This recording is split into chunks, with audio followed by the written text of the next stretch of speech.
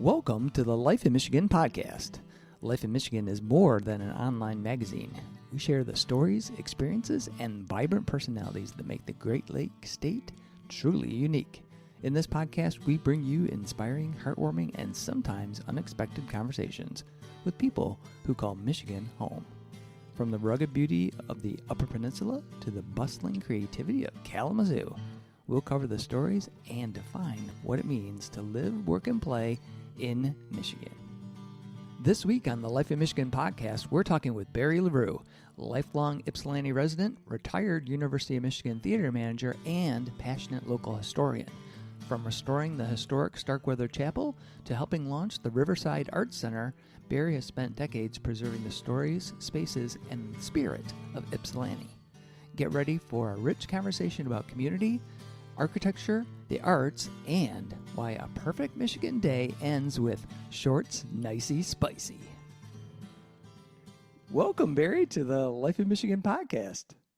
Thank you very much. Awesome. I wanted to share just a little bit of how we ended up talking with you. We really didn't know you until recently. And when we first started the podcast, we just put out a general message saying, hey, if you know somebody that would be a good fit for the podcast, let us know. It could be anybody. And so Amy Nesbitt sent us a message and she said, hey, I've got some folks that would be really good. She thought they would be potential guests. And your name was on the list, and we were like, oh, Barry, we should reach out and try to find you. And then at Creative Washtenaw, the happy hour they had at 734, we actually saw you there. You were talking about Highland Cemetery and the First Methodist Church in Ypsilanti's bicentennial, and we were like, well, first my eyes kind of perked up because you said cemetery tour. I'm like, ooh, that sounds fun. That would be awesome. I love history. And so then you were there, so we accosted you and said, Barry, would you be on the show? And you said, sure. So thank you so much. Oh, absolutely. The problem will be getting me to shut up. Well, that's awesome. That's what that is awesome. Yeah. It's way better than somebody that just says yes. You're like, oh, yeah. That's a nice answer. Yeah. No, my edit button is broken. So I'm curious, how did you get involved with the Highland Cemetery? Well, first of all, my family has been in Ypsilanti for many years, over 100 years. Wow. And even as a kid, I was very interested in history. And back in the 1960s, when I was little, my father was a member of the American Legion, and he was often involved in things like the Memorial Day parade, mm-hmm. And setting up the Memorial Day observance at the cemetery.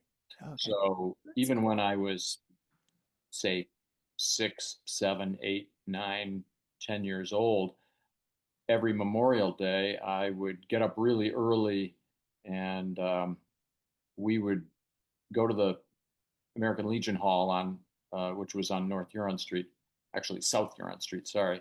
And then we'd get the amplifier and the speakers and the wire and extension cords and all this other stuff.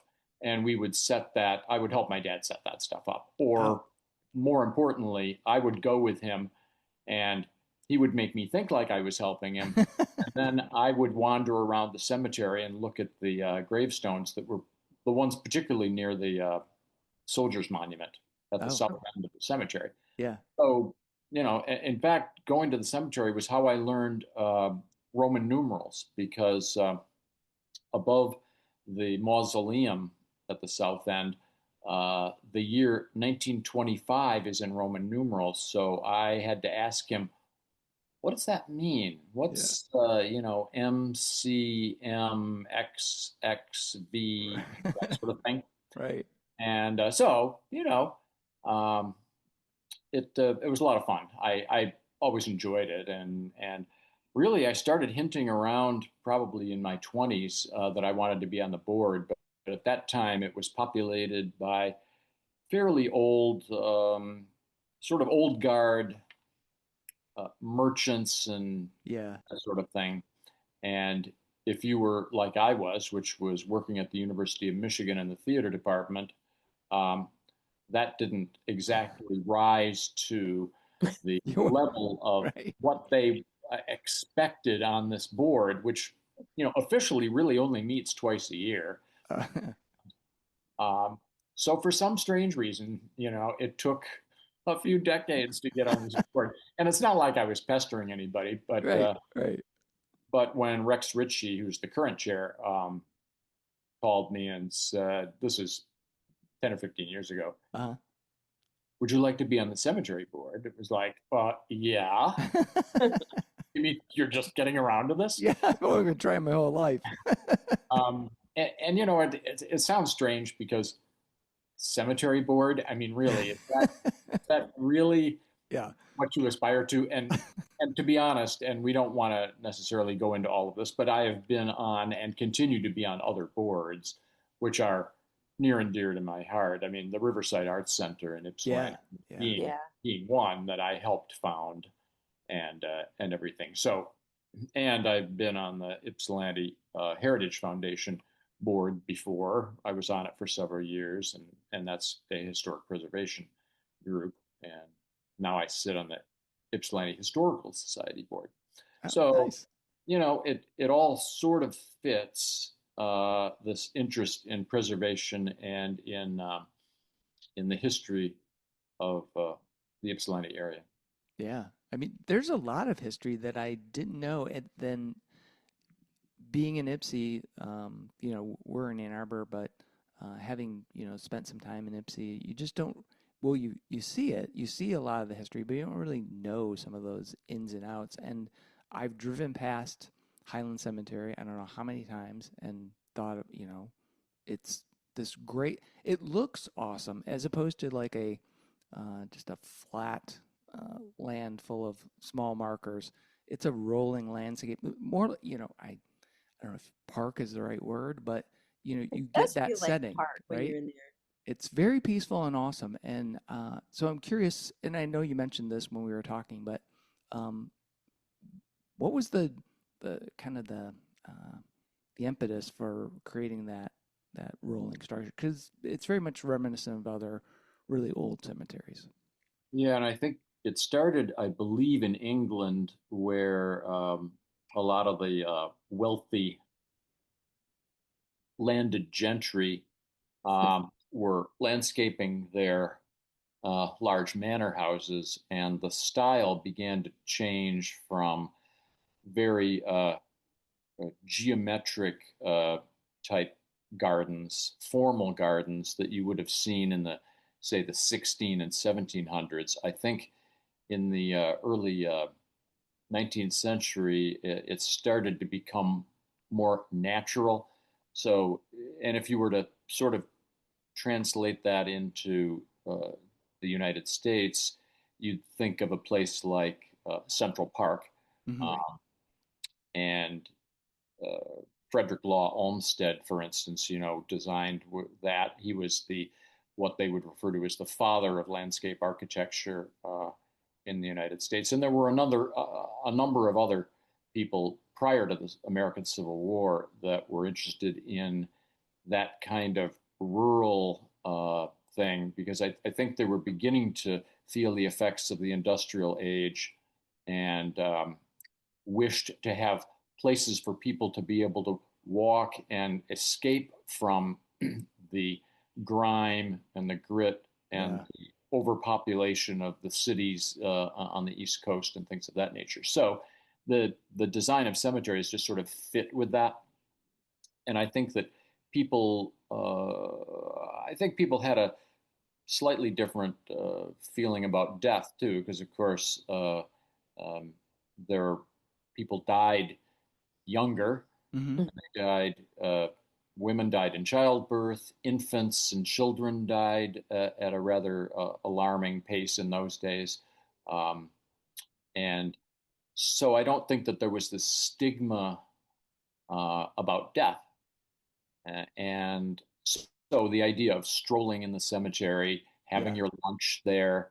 I mean, I think people have always generally been respectful in cemeteries, but the idea that you can get your steps in at Highland, for instance, Right. and that you can walk your dog, or walk in a group, and also there are birders that come to the cemetery. We have deer and other wildlife that wander through the cemetery. So in effect, it's sort of like a land conservancy masquerading as a cemetery. That's a nice way to put it. So that's I think that's overall the deal. So you're right about the topography, though. The idea that it has more of a naturalistic look with sort of hills and dales and trails that kind of follow the topography. And then, of course, if you were to look at the map, essentially an aerial view, you do begin to see the other shapes, the stars and the various other symbolism in the design. And I should throw in that, James Glenn, aka Colonel James Glenn, he was the designer of our cemetery, but also the cemetery in Ann Arbor at Observatory and Geddes Avenue, and you'll see some of the same things there. It's not just a rectilinear grid of graves on a flat, like it was a cornfield. Right. Well, it also invites you to, I noticed that yesterday, the cemetery invites you to walk between the stones, where when you're in one that everything's lined up, you feel like you need to stay on the road, on the path. But this design sort of invites you to sort of wander around, right? You kind of, yeah. I think part of the though, what maybe helps that, or at least makes that more obvious, is the fact that a number of those carriage paths, have grown over. Mm-hmm. They're still there, and they were two track trails, like you'd see a logging trail in northern Michigan. Mm-hmm. And those have grown over just because the old portion of the cemetery is, for the most part, built up. The lots are sold. Now, I'll throw on my hat, my marketing hat, and say they're not all sold. For any of you who would like to look me up, or to drop by the cemetery at 943 North River Street in Ypsilanti, that would be 48198. Well, go into the office and say we're interested in looking at a site, in the historic area of the cemetery. That's where you can have above ground graves, as opposed to the ones that you can run a mower over, the ones that are at grade. And there are areas of the cemetery which have that, and those are lower priced because, well, of course, maintenance is easier. And they were also laid out in the earlier parts of the 20th century, well, from maybe 1910 to up to maybe the 60s. Okay. So they're just not as creative. And in a way, it's good that they didn't try to imitate it, because it's better to be able to leave the historic area as an obvious portion of the cemetery. And I should throw in that we're one of the few cemeteries in Michigan, but also the United States tends not to have too many cemeteries that are listed on the National Register of Historic Places. And we were listed about 3 or 4 years ago. Okay. We were able to secure the work of a gentleman that used to work for the State Historic Preservation Office. His job, when he was before he retired, was to shepherd the listing of National Register properties in the state of Michigan. Oh, cool. So about a year after he retired, I'd been talking to him even before he retired, and he said, "Hey, I've been doing this for 45 years. I need a little break, but call me." A year later, I call him, and he goes, "Oh, sure, I'll do it." And he did an amazing job, as you would imagine. Yeah. And it sailed right through the Department of Interior. So we are. That's awesome. We are listed, which it's bragging rights. It doesn't come with money. It doesn't or anything. But if we were in the way of a superhighway from the federal government, they couldn't put it through the cemetery, right? Because we're on the National Register.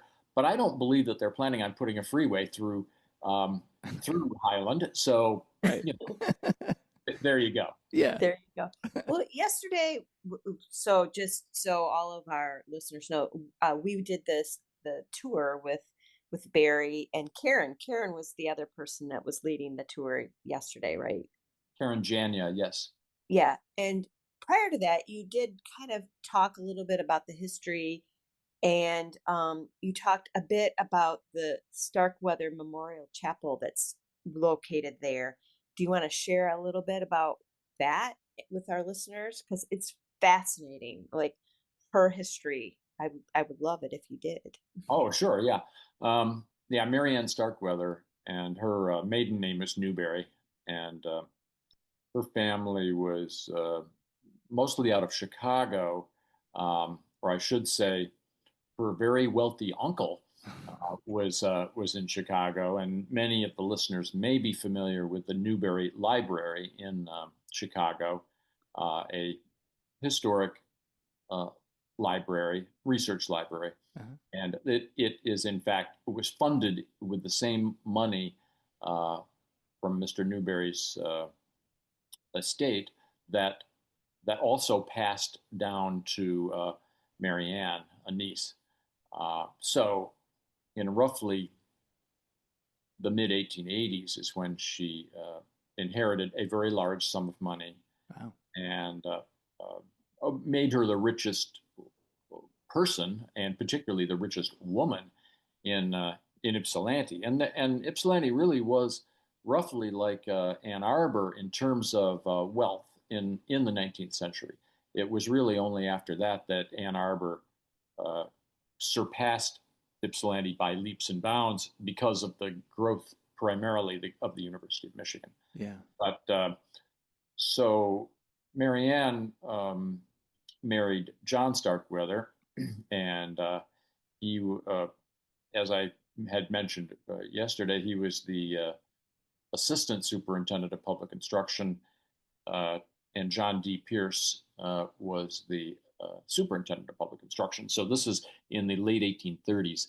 Right after that, he bought a farm in pardon me. Wait, we're going to have to edit that. Yeah.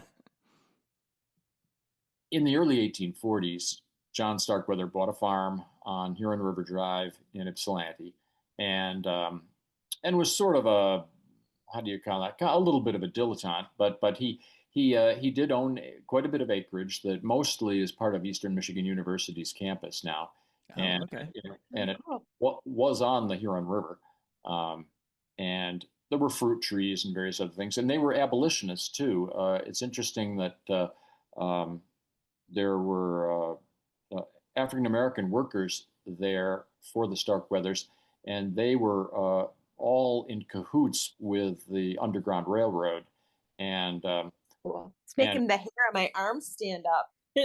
and so they assisted runaway slaves in their effort to get to Ontario from points south, and so that's a kind of an interesting fact. So John died in roughly 1883. Mary Ann, a couple of years later, the estate is settled, and she winds up with a grocery bag full of cash and decides that she wants to start funding community projects, such as donating her house on Huron Street. They had since retired from farming and moved into the city of Ypsilanti.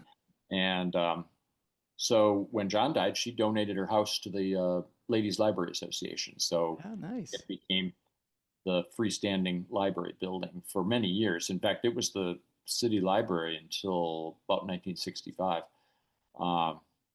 Then she donated funds for a cast iron fountain in front of the Ypsilanti Savings Bank around 1887, 88.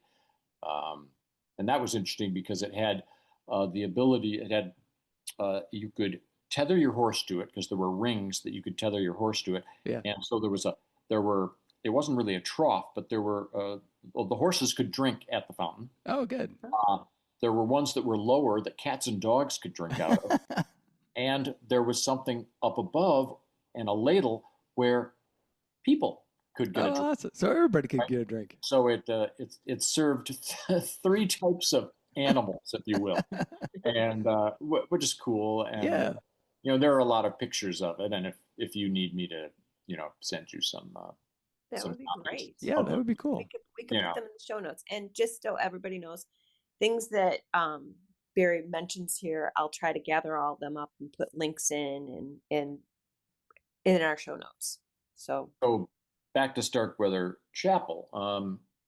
When the Colonel Glenn laid out the cemetery in 1863, he did indicate a circular area and just had the word chapel in it. Well, so you fast forward to the 1880s, and Marianne contacted the Cemetery Association and basically said, how would you like me to fund a chapel? Well, of course, they said, great, free money. We love it. Right. Sure. So she Marianne to come back and fund us. right. She contacted the architecture firm of Mason and Rice, and we think she was aware of Mason and Rice because the Ypsilanti Savings Bank, where that fountain was put in, was designed by that architectural firm from Detroit, as well as the Ainsworth flour mill, which is a couple doors below the city hall now, and that was restored about 15 or 20 years ago, brick building. Those two buildings on Michigan Avenue were designed by Mason and Rice. So I think because of their presence in the city, when she decided to do that, she selected them as the architect, and they designed it in the Richardson, H.H. Richardson's style, Romanesque style, what is referred to as Richardsonian Romanesque. So you've got rounded arches, you've got rusticated stone, you've got a kind of a medieval look. If you've ever seen pictures of Henry Hobson Richardson, there's a famous one that an artistic photographer took of him in a monk's robe. Oh, okay. And I think he thought of himself as somebody that was designing things back before the industrial age. And you know that in the 1870s and 80s, when Charles Eastlake in England was designing furniture and home furnishings, it was similar. He was using fumed oak. He was wanting to put things together with mortise and tenon and have it be honest, kind of furniture that was not overly ornate like the Rococo style of, say, the earlier period that were extremely complicated. These things were a lot more solid and hearkening back to an earlier time than even what we think of as Victorian. So anyway, that's the whole thing with Richardson, and we're lucky to have this chapel. It's really one of the rare examples of Richardsonian Romanesque in Washtenaw County. You could see it all over, and particularly in New England if you get to some of the areas where Richardson did most of his work. Massachusetts, there are many rural railroad stations and the Ames Free Library and various other structures, and they're all fascinating looking, and they have this sort of Norman castle look to them, Yeah, they're not crenellated though, you don't think that there are soldiers up there ready to throw boiling oil on the marauding folks, but they do have that heavy masonry kind of look to them that I find it pretty appealing. Yeah, it sort of reminded me too of some of the buildings in like Calumet and Marquette that just kind of big because is it sandstone? Well, no, I think it's mostly granite. Granite. Okay. Well, there is sandstone trimming in Okay. on That's what I was Starkweather. thinking. Yep. And I will say that that particular sandstone, well, sandstone in general is porous, Mhm. and in an area where there's the freeze thaw cycle, it's not the greatest material Yeah. for long term. Yeah. Uh, it deteriorates. Well, and I should say, and this is getting pretty esoteric, but if you look at a piece of stone, sort of similar to a piece of lumber, you actually have grain, and particularly in sandstone, it's in layers. And if you cut it, if you cross cut it and leave the edge with the various veins in it, it lasts longer than if you take it the longitudinal sort of section, because then those pieces can slough off as the freeze thaw cycle goes. Well, some of those stones they didn't cut the way they should have, and I wag my finger at, Come at on. whoever did that. And Right. and really the question is, were they dressed locally, or were they purchased already done by a company? I think I had mentioned to some people at the tour yesterday that the colonnades and various other decorative pieces uh, actually have a manufacturer's name. I've never been able to find it, Oh. but that clearly indicates that they just shipped them by rail, Yeah. And brought them Right. up. probably down to the Ypsilanti depot, Yeah. which is really 5 blocks away, and some horse-drawn wagon Pulled them up there. to the cemetery, so that the mason, who is a gentleman from Ann Arbor, by the way, the general contractor was Edwin Warner.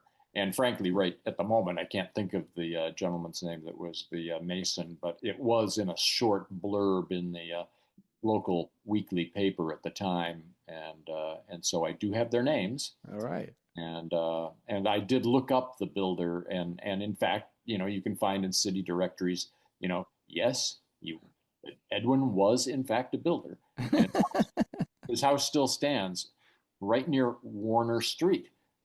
They named his property abutted a street that they named after the family a few years later. So, Wow, that's cool. So yeah. so you were talking yesterday, like the chapel itself kind of fell in disrepair.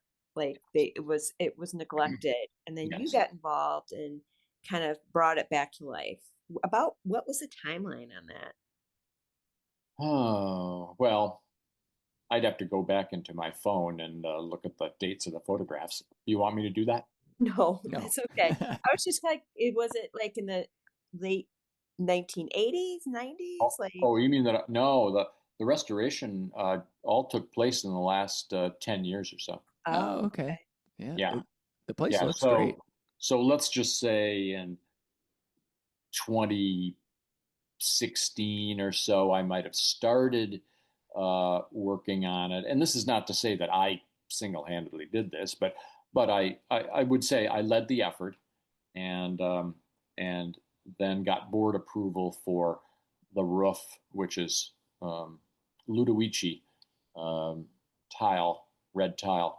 What I did is I looked at an old photo that was a very, very um, uh, the resolution on the photo was very good.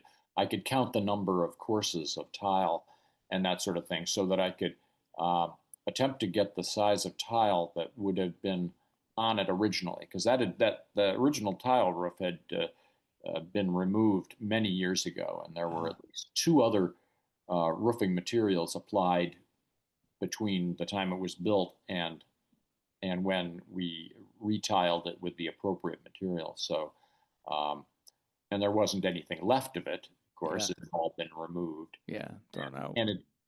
And unfortunately, it leaked, and there were various reasons for that. Partly, it was the design itself, and I, of course, love the building, but that doesn't always mean that everything was done properly. Do you, Right. you know that? Yeah. You're familiar with Frank Lloyd Wright's houses often have really bad features, mostly structural features that deteriorate over time, cantilevered beams that begin to sag, and things of that nature. So, as brilliant as these folks were, they didn't necessarily always have the proper engineering or technological skills to do something that was going to last for a couple hundred years without extensive maintenance. Yeah. Wow. That's So the crazy. other thing you mentioned yesterday, and I had no idea, didn't have the connection, that you were talking about funerals were generally held in people's homes. Sometimes they would be, I mean, the chapel would have been used for those. They were often held in furniture stores, and that there's a connection between funeral homes and furniture stores, because they were the people that were making the caskets were also building the caskets. They were furniture makers, builders. Right. Yeah. Did And it all right? yeah, no, you got it exactly right. So, and there were two furniture stores in Ypsilanti, McAndrews, and I'll have to think about the other gentleman's name. It wasn't Art Van, was it? No, it actually wasn't. They, they, I don't think these furniture stores sold Barca loungers, with cup holders and 1,000 magic fingers. But um, but of course, they did have a tendency to then build caskets. I mean, fairly not very decorative, of course. I mean, Right. everyone's seen horror films with Yeah. just pine caskets, right? So, but yeah, when it turned out that there was someone, particularly from out of town or low means, they might have not had a large parlor to have a service at their home. They might have not been affiliated with a church where they could have something in the sanctuary, Hmm.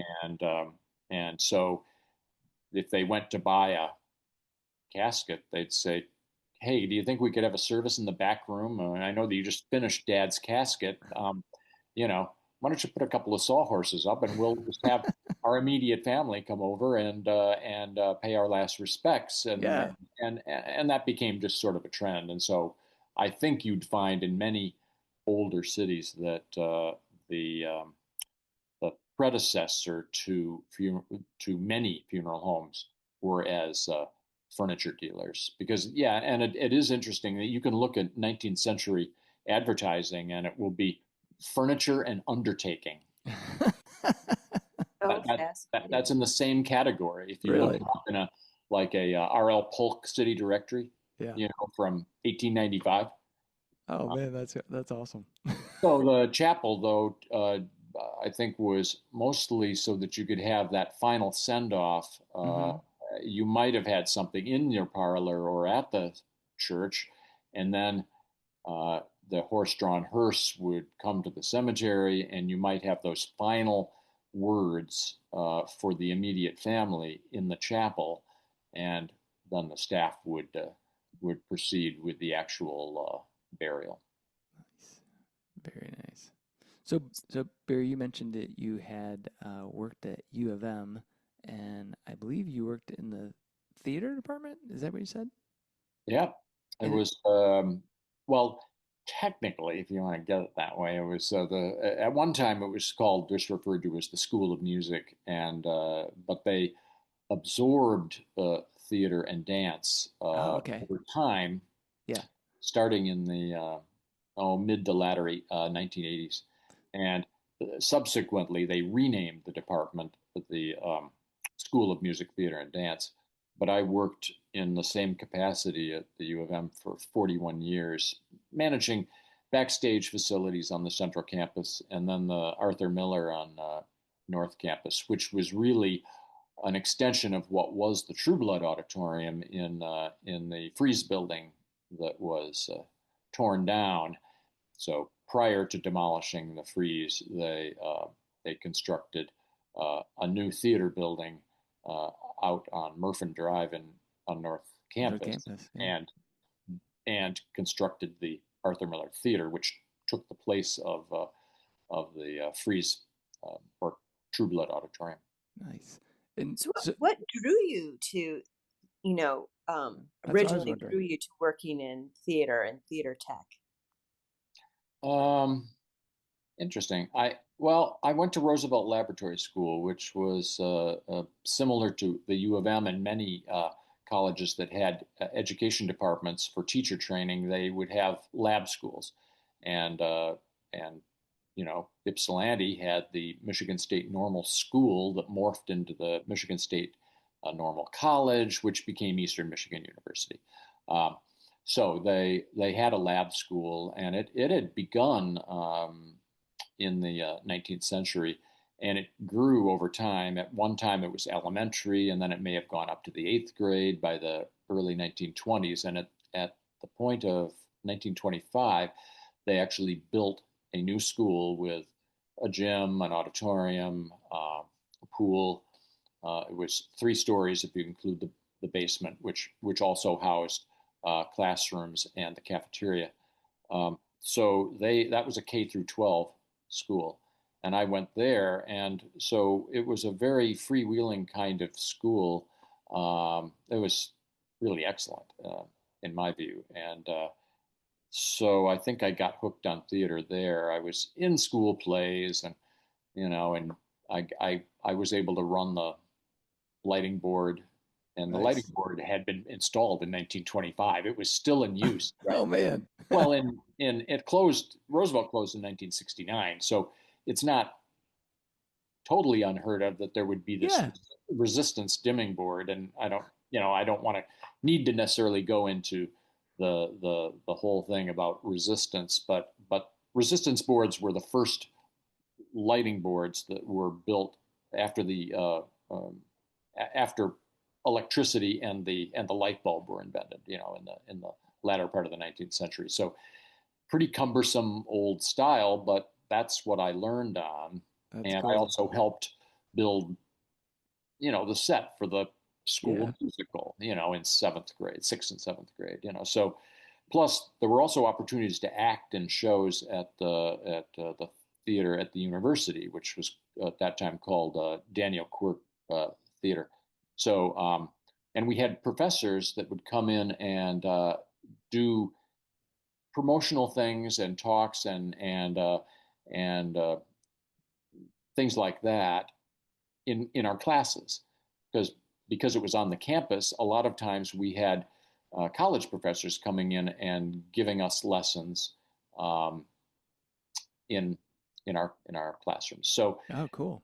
So that was one way, and I just went to Eastern and got my theater degree there because that's where I'd spent so many years growing Yeah. up anyway. It just Yeah. seemed like the logical thing for me to just get my degree there in theater. So because I always enjoyed doing it, and I was a theater manager at Ypsilanti High School when I first while I was still in college, and then I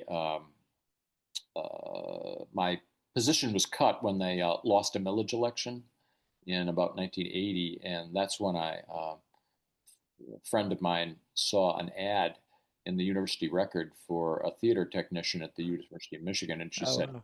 "Hey, I can brush up your resume."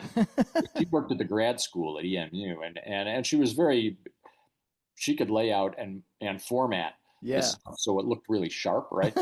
So um, so that's how I got a job there, and I stayed there for 41 years. I thought I would be there for 3 or 4 years because I was going to teach elementary, well, not elementary. I was going to teach junior high and high school, and I was going to hopefully direct a theater program at a high school, Yeah. and and also do the tech. I kind of wanted to do that, all of it, Right.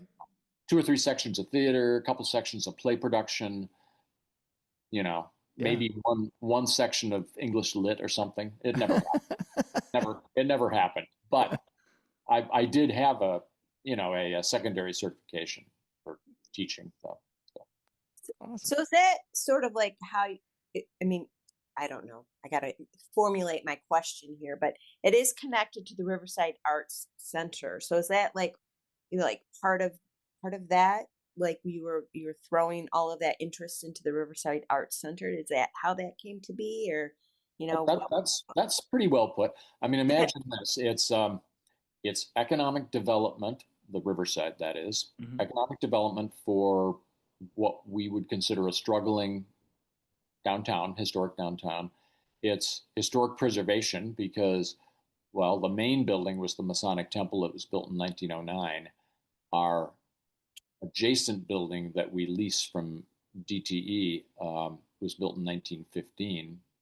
And by the way, designed by Emil Lorch, the founder of the University of Michigan School of Architecture. Oh, wow.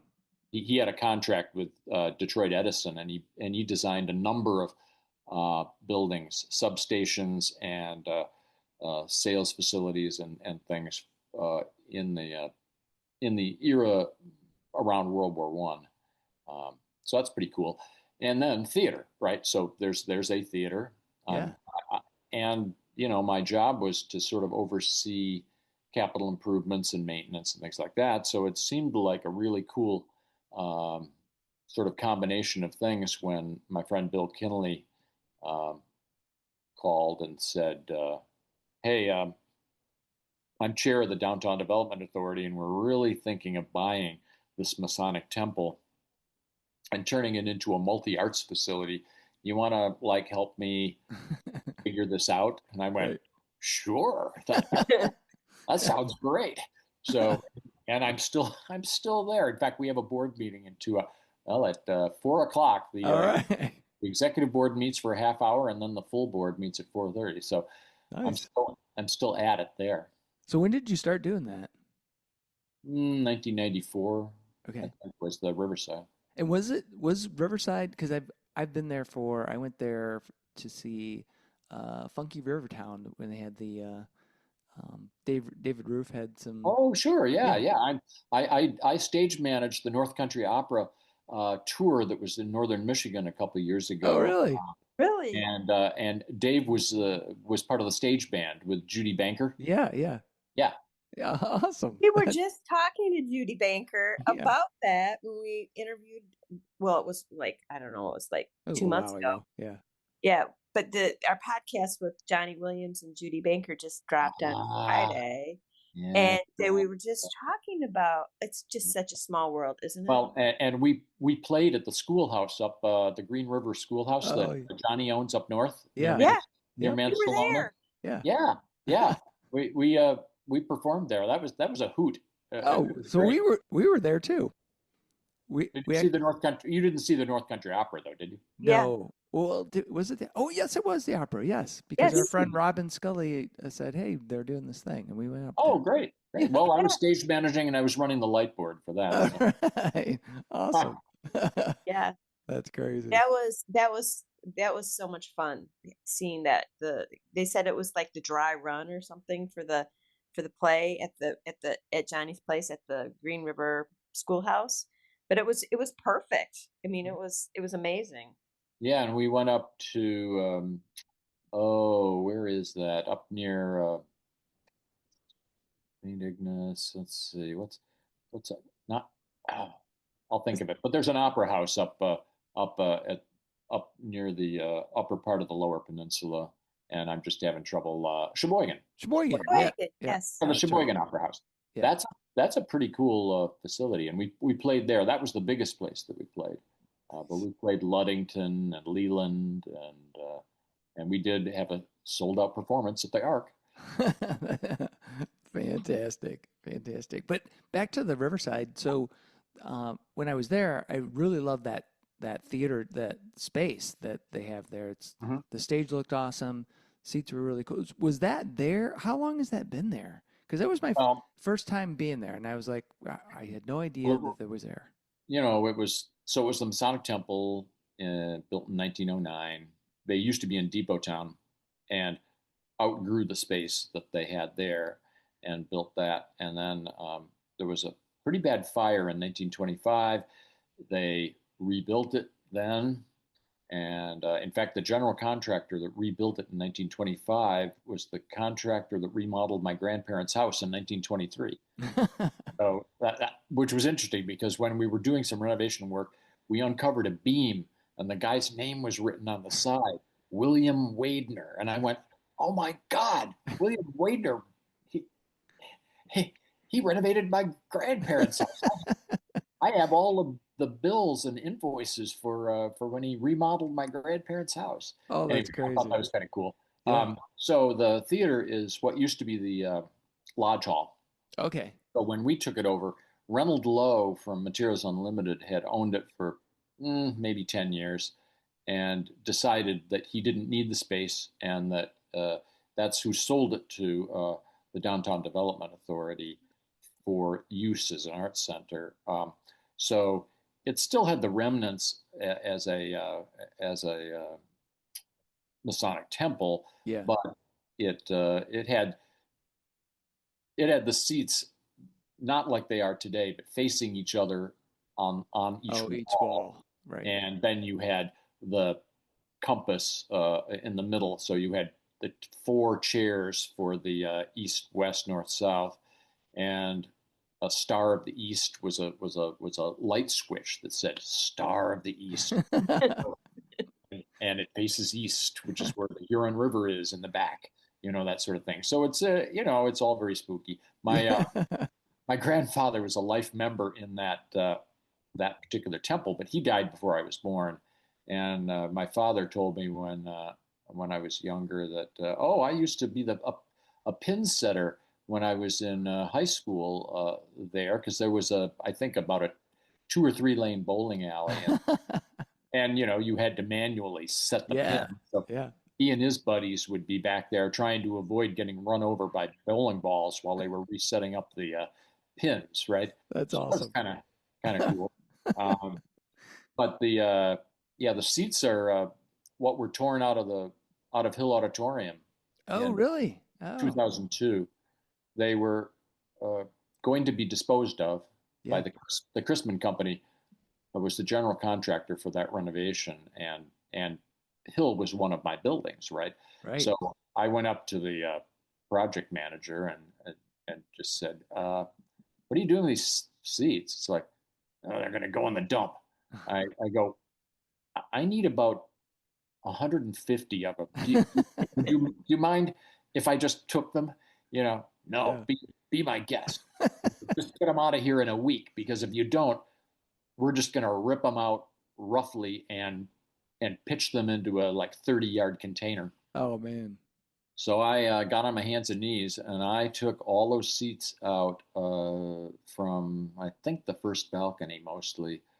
They needed to be ones that were flat, Yeah. as opposed to ones that are angled. So the first floor, main floor seats were on a raked floor, right? Yeah.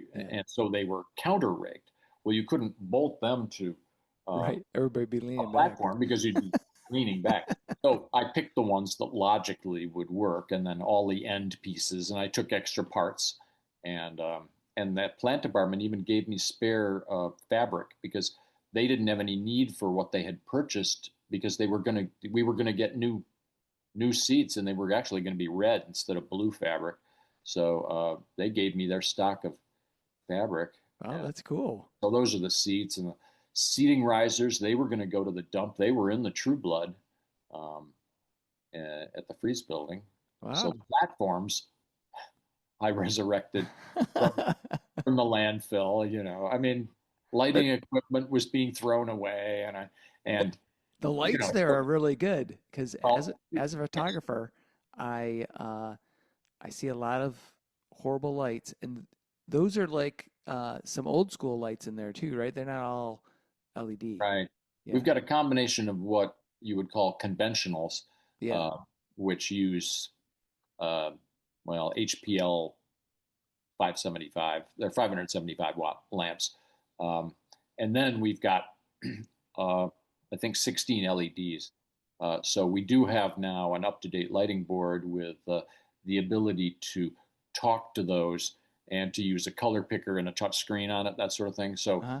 we kind of slowly entered the 21st century uh, on lighting. It's Yeah. not complete, clearly. And if there's anybody out there that wins the Powerball, Yeah. we'd be happy to. I just put that between the Starkweather Chapel and the theater at the Riverside. Right. That's awesome. Yeah, it's a really cool space. Very Yeah, it is. And then the dance studio, by the way, in the Edison building, what we call the off center, That's really nice. We have swing dancing lessons and various other things in there, and that's got high ceilings and maple floor, beautiful oak woodwork, and that sort of thing. That's pretty cool. Yeah. And the gallery is nice. And recently, in the last couple of years, we renovated the third floor. That was the final floor that we'd never done anything with. The fire that happened in 1970. So there were two fires that the Masons had, one in 1925, one in 1970. Some kids broke in, and I don't know whether they intentionally torched it or it was accidental, but it was a very serious fire, and they were underinsured. So there were two floors that were just left a shambles, and they only renovated the first floor where our current theater is, and the basement where the gallery is and up above was just a mess. Well, we did the second floor several years ago, but we never had the money to do the third floor. And finally, through a series of the MEDC and some funds from the Michigan Council for the Arts and generous donors, we managed to amass enough to finish that. So it was really the last big area that we needed to spend a serious amount of dollars on at the Riverside. When did that get done? Oh, I think we opened it about 2 years ago. Okay. And what's in that top floor now? Well, it's a variety of things. It hasn't really landed as one thing. It's additional classroom space, meeting space. So it's flexible. There's a large room and then two smaller, mostly you'd say classrooms. So this larger space can be for large board meetings, and we also have a nice screen that comes down from the ceiling, and a very nice video projector and connectivity, so we can do Zoom meetings and PowerPoint presentations and things like that up there, just like we can in the theater. We have a huge screen that most people aren't that familiar with. Oh, I didn't know it was there. And a really nice digital projector as well, so we can run films like the Independent Film Festival of Ypsilanti. IFFY does stuff in both of those spaces. That's cool. So if somebody wanted to rent the space, is there a way that just an individual could rent the space for an event if they wanted to put one in? They would just need to call 734-480-2787. And that would be 480-ARTS. ARTS 2787. No, but really, you would just call and talk to either Liz or Maggie or Gray, our full-time people, and they would hook you up with rates and things like that. Mostly the theater is rented by the week because it's too difficult to fill the place with single night things. It would require too much in the way of staffing that we don't have. So it's much more economical for us to rent to theater groups, or let's say Dave Roof, if he was going to have his thing there, he rents it for a week. Yeah. And but if we were to have a stray week here and there available, then it would open up for single nights. But in general, it's better. We found it's better for us economically to do it by the week. And arts groups, and particularly, I don't want to get too political, but let's just say the arts, like everything else, is suffering right now. That's right. In terms of funding. And then that all trickles down to the state and local level, unfortunately. When that spigot shuts off, we anticipate that's shutting off at the state level, and to some extent it will affect the local levels too. A lot of people think of arts funding as being some kind of wasteful expenditure, but for the most part, it's just mom and pop organizations like us that are able to benefit. Small arts centers in places like Petoskey, or that Marshall has one too. I think they have a nice art center over in Marshall, Michigan. Sure. Yeah. Well, there's one in Plymouth as well. It's quite nice. And you've got the biggies, the Detroit Symphony and DIA, but the fact is that for the most part, arts funding from the federal government was funding modest things, capital improvements, some public art, some a percentage of administrative overhead for small and medium-sized organizations like the Michigan Theater in Ann Arbor and Arbor Arts Center and the River Raisin group, things like that. So I'm a little concerned unless foundations and corporations are able to really step up, and individuals. It worries me for the next few years to see where that's going. Yeah, sure. Yeah. So we're almost at our time. I have 3 more questions for you. So looking back, what are you most proud of in your professional and community work? Well, that's pretty hard to say. I think one of the things that I was telling someone just the other day was the fact that I was instrumental in having what we facetiously called the cheese grater removed from the Ypsilanti City Hall. It was extruded aluminum. It looked ugly, and I really wanted to get that thing off. And when I was elected in 1991, I did get the funding for Quinn Evans to come in and do a feasibility study, and eventually, over time, that stuff was removed, and the facade was returned more to its appearance in the 19th century. Not completely, but because you have 2 other questions for me, I won't go into that, or we could have a separate discussion because I could talk for an hour on the Ypsilanti City Hall facade. When I first met you and we were talking over at 734 Brewing, you're like, "There's so many things. What topic do you want to pick?" I'm like, maybe it's going to be a 2-parter. So the next question is there a piece of Ypsilanti's history that you think more people should know about?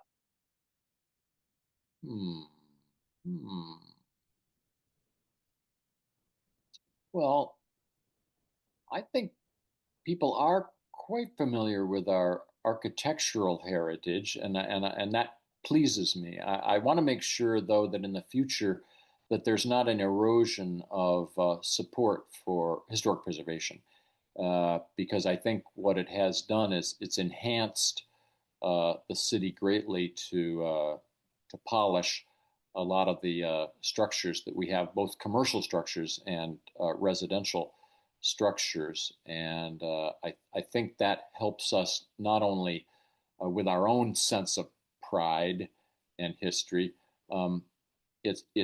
It is an attractive thing in terms of say heritage tourism, for instance. I mean, which I would throw the Highland Cemetery, for instance, into that. And the other thing I think that's really cool about Ypsi that some people don't know is that we're really gangbusters into solar energy, and a group called Solar Ypsi, headed by Dave Strensky, one of my neighbors, is really cool. And at the cemetery, we have 2 different arrays, one on our building, and then one portion of land we lease to the DTE for the purpose of generating solar power. And also because of Dave, we put them on the roof of the educational unit of the First United Methodist Church in Ypsilanti, on the roof of the Riverside Arts Center. Oh. And so basically I can look on my phone at any given time and look on the Solar Edge app, and I can see the 3 projects I worked on and how much they're generating in real time. Oh, which really? Only geeks are into. But I'm a self-professed geek, so it's cool. That is cool. That's super cool. So I'll let Chuck ask the last question. Oh boy. So Barry, first, thank you so much for being on Life in Michigan. But this question is, what is your perfect Michigan day? So where would you go? What would you do? And what beverage would you finish it off with? Oh, well, okay. I would probably be at our cottage in Kalkaska County on a little lake called Pickerel Lake. Um, it would be 72 degrees. There would be a little bit of a breeze, Mm-hmm. uh, uh, a beautiful blue sky, some birds chirping, and I would be drinking a Nicie Spicie from Short's Brewing in Bel Air. Oh, awesome. All right. That is what I would consider a perfect day, and it would be about 5 or 5:30 in the afternoon, Mm-hmm. and my wife and I would be sitting on the deck, and that would be perfect for me. It sounds pretty perfect. Yeah, it does. Yeah. Fantastic. It is. It is. Well, thank you. It was a lovely conversation. Oh, good. And yeah, I will have all of our show notes. I might get in contact with you Yeah, to please. get some pictures and stuff. But thank Yeah, you. because I've got a ton of, as you can imagine, I've got a ton of photographs that I've collected over the years, and I could email that stuff to you. So That would be that would be no beautiful. problem. All right. Well, All right, thank you so much, Barry. no problem. Thanks, Sue. See you later. See ya. Bye-bye. Thank you so much for listening. Be sure to hit subscribe on your favorite podcast service to catch every episode of Life in Michigan. Help us spread the word by rating the show, sharing it with your friends, your neighbors, your family, your mail carrier. Share it with everybody, and leave a comment. We'd love to hear your thoughts. Stay connected by following us on our website and social media. This is a Life in Michigan production. Until next time, take care and have a fantabulous day in Michigan.